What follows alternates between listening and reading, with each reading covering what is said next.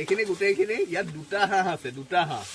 এই দুটা হাঁহৰ মাংস তেল নিদিয়াকৈ বনাব পাৰি। আমিতো ঘৰত 4জন মানুহে খাব পৰা আধা কেজি মাংসৰ কাৰণে আমি চিন্তা কৰোঁ।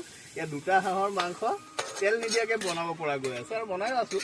এতিয়া মানুহে ভাবে এই হাঁহত বহুত তেল ওলাই যাব, চবৰে তেল থাকে আৰু তেল ওলাব, আৰু তেলৰ কাৰণে দৰকাৰেই নাই। এনেওতো মাংসৰ তেলটো ইমান ভালো নহয়। আমাৰ কথাটো হ'ল আমি ইয়াক ভাজিছোঁ কেনেকৈ, তেল নিদিয়াকৈ। মানে মেইন কথাটো ইণ্টাৰেষ্ট, যদি ইণ্টাৰেষ্ট থাকে বনাব পৰা যায়। এতিয়াতো হ'ব, এয়া কালাৰ ভাল হ'ব, হালধি দিলে কালাৰ আহিব, বাকী বস্তুবোৰ দিলে টেষ্টি হ'ব। এয়া কালাৰ, এয়া তেল নিদিয়া, এয়া ওচৰৰ পৰা দেখাই দিছোঁ, এয়া কালাৰ চাউল, এইখিনিও কালাৰ চাউল। এইটো অকল হাঁহৰ বুলি নহয়, যিকোনো মাংসতে হ'ব, তেলে টেষ্ট নকৰে, বাকী বস্তুখিনিহে টেষ্টি কৰে।